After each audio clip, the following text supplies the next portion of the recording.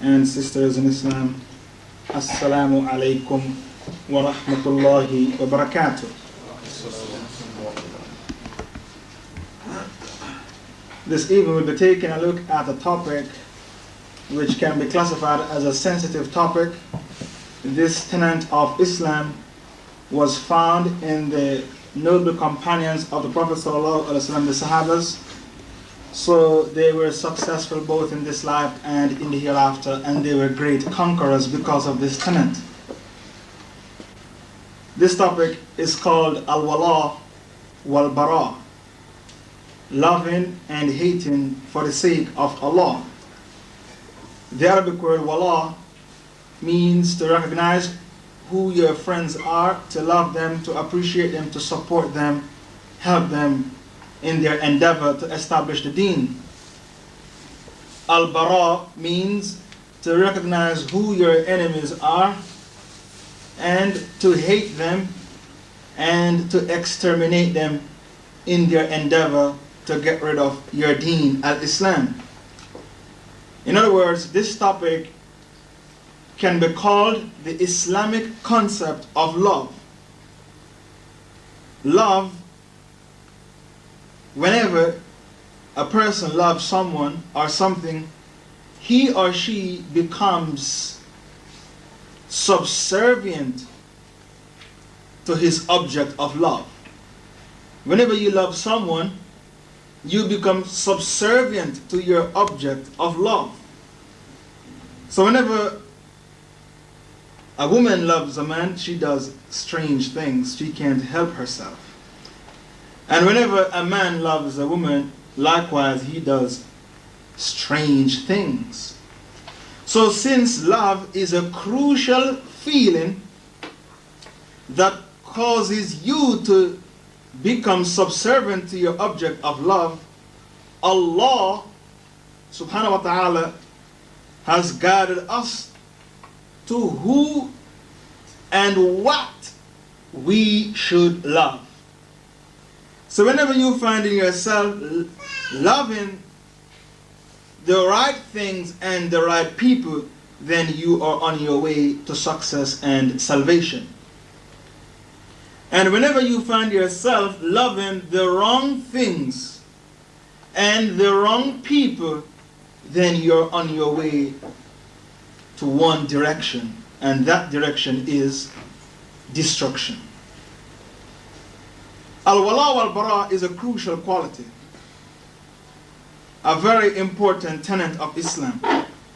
So any Sheikh, Maulana, Mufti, who seeks to revive this concept in the Ummah of the Prophet ﷺ, such a person will be slandered viciously. He will be called derogatory names, extremists, Khawarij, and people will warn others to stay away from that person. That person has deviated. He has now become a Khawarij. Why? Because you are embedding in the Muslims, you are teaching the Muslims the importance of loving and hating for the sake of Allah. If the Kafirs physically capture you, your land, and dominate you, this victory of theirs will be forever if you do not see them as your enemies. But if they should dominate you, conquer you, this victory of theirs is short-lived if you hate them and you categorize them and see them as your enemies. So the various types of warfare which the Kafirs unleash against us, what is the deadliest warfare they have unleashed against us? We have germ warfare, in which they allow prostitution to take place in Muslim areas. We have chemical warfare. We have propaganda warfare, in which they call you a fanatic, terrorist, extremist, fundamentalist. This is called propaganda warfare. We have cultural warfare, in which they bombard our children with home and away Eastenders and neighbors to turn them into harlots without them realizing it. That's cultural warfare. And we have the physical warfare, the military warfare, in which they invade our lands with their armies and the weapons of mass destruction. But all these warfares are inferior to a warfare which I have not yet made mention of. We have financial warfare, economic warfare, in which they place on you embargo and starve you. The way they starve the people of Iraq. This is called economic warfare. Drugs. And we have drugs warfare, in which they allow the drug pushers to sell their drugs in the Muslim areas. But as I said before, all these warfares are inferior to the warfare which I have not yet made mention of. And this warfare is called ideological warfare. So anytime you are conquered by your enemy,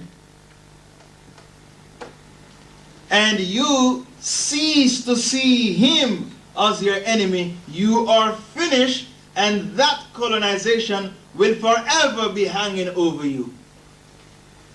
You will never be able to get out of the mess in which you are in. So the Tatars entered into Baghdad and killed the Caliph Mu'tasim. And they dismantled the caliphate. But how long were they able to dominate the Muslims? They came and they burnt the books, the classical books of the classical scholars. They burnt it. They tore down many masjids. They conquered the Muslims. And they dismantled the caliphate. But for how long were they able to carry on with their domination of the Muslims? 3 years. Only 3 years. Why? Because they were able to have the chains over the hands and feet of the Muslims, but they could not put the chains over their brains nor their heart. The Muslims still considered them as the enemy and still hated them. So after 3 years, they were able to formulate a Muslim army and kick the Tatars out of Baghdad and slaughter them, and then they reinstated the Caliph. So they only lose their caliphate for 3 years. For 70 long years, we have no caliph. And we have good news that the Emir of Taliban, Maulana Umar, 600,000 Muslims gave bay'ah to him. So we can say he is the caliph in the making. But for 70 years, we didn't have a caliph. So what's the difference? For 3 years, the Muslims lost their caliphate in the 7th century, and they reinstated it after 3 years. But it took you 70 years before you can reinstate your caliph. So why the Kafirs dominated us for 70 years?